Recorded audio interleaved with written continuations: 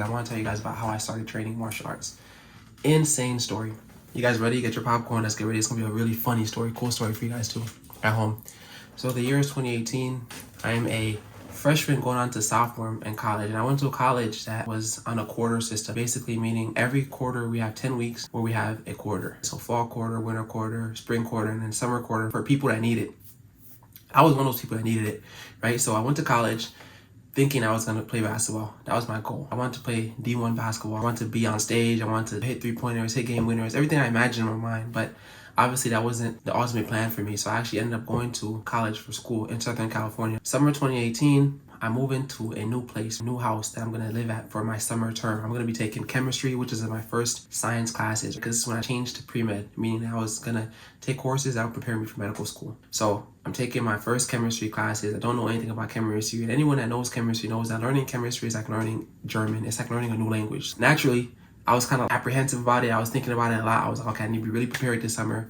Second thing is, man, I didn't have much money that summer. So I had to figure it out. I had no financial aid. And I was like, man, we're just going to survive. We're going to figure out how to survive. So I have two things in my mind. Moving into a new house in the summer with no money, just complete broke, and just kind of stressed about classes.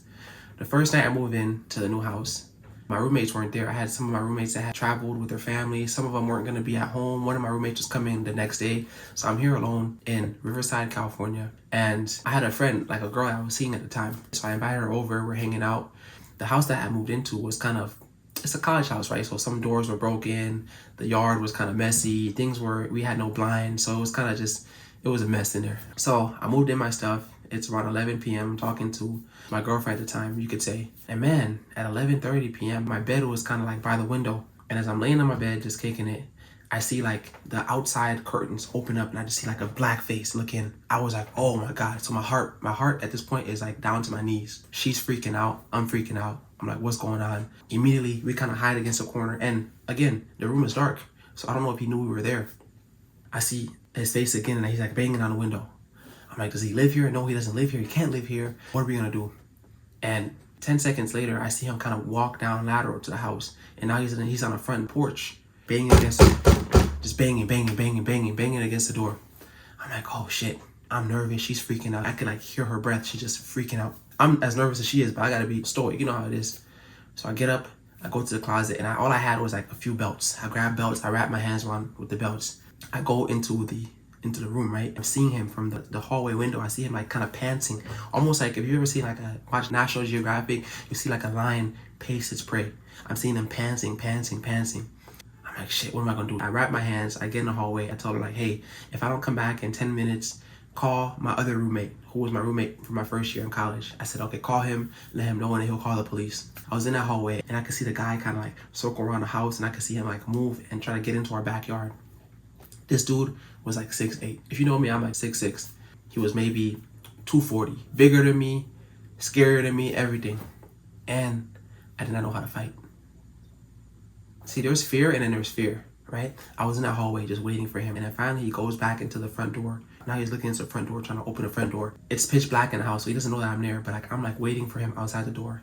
And I'm thinking like, if he gets to this house, I'm going to tackle him and then I guess we'll just figure it out from there. But at least have the element of surprise. And man, for like 10 to 15 minutes, it felt like 2 hours. I could just hear him like angry, upset, trying to break through the door. And I was just waiting for him. I told myself, I had a thought. I said, man, if I make it out of here alive tonight, I'm going to train. I'm going to learn how to fight. I waited for him for 10, 15 minutes, just waiting. He just kept going back and forth, trying. And then finally, I kind of see him through the window. He kind of turns around and he like marches down the street, yelling all these crazy, pissed off, walking down the street. I just wait until he gets down the street, he turns a corner, leaves the block, and I wait a little bit, like maybe 2-3 more minutes. And I return back to the room, and the girl is freaking out. She has a pillow over her head. She's like in a fetal position. She's stressed, right? I said, hey, you okay? She said, yeah, like, where is he? What happened out there? Did you see him? I said, it's okay. He left. He's not here anymore. She was so happy that like I handled that situation. But inside, man, like I felt it, man. I felt every emotion. I felt up and down. I felt life or death. I felt fight or flight. I felt that I had to protect my life, but I also felt that I had to protect her life. I really thought I was gonna die that night. I thought that like whatever happened, if he got through that door, we were just gonna fight to death. It would have just been what it was. And if I made it out alive, I made it out alive. But that was like one of the craziest times of my life. And it was one of the craziest feelings, right? Feeling like this could be it. Feeling like you know, you have nothing else to lose and feeling like you have to protect someone. And I realized a few things about myself in that instant. I was like, one is like, I gotta train. I gotta know combat. You know what I'm saying? So like, if a situation like that ever happens again, I'm prepared, man. Now I'm not saying I'm John Jones in the UFC, no.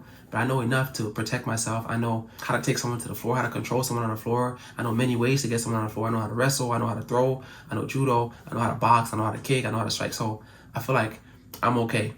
I realized that like I have a protector instinct in me. I don't even know how it is, but it just turned on. Like I was like, I gotta keep this girl safe and I gotta keep myself alive. There's no other chance. That was the only things I was thinking. Second thing is like, being vulnerable is such a weak and terrible feeling. And if you have an opportunity to not be vulnerable, like you can literally go to a gym tomorrow and train. I know it feels crazy being a beginner and being nervous and being scared that people are gonna make you feel terrible or feel like an outcast or dominate you. But this is how we self-improve in life, by starting as a beginner. Life will teach you just certain lessons. And I learned a lesson. Like I think the next day I woke up and I started training. I signed up for judo. I started doing judo, and then I started doing boxing. And then like that's how I kind of fell in love with martial arts. And at first it was like for protection, right? But then I realized that like martial arts is past protection. There is a form of expression. It's a physical form of expression. It's a dynamic problem. When you're competing against someone, it's almost like playing chess with the puzzle always changing. In life, we have fixed problems. Medicine and family. Your wife said this, you're gonna fix that problem. But imagine if the problem was here and then they kept moving away from you, kept moving away from you, kept moving away from you. You see how your brain has to be on 24/7. That's why I started learning about martial arts after I got past the just self-defense component.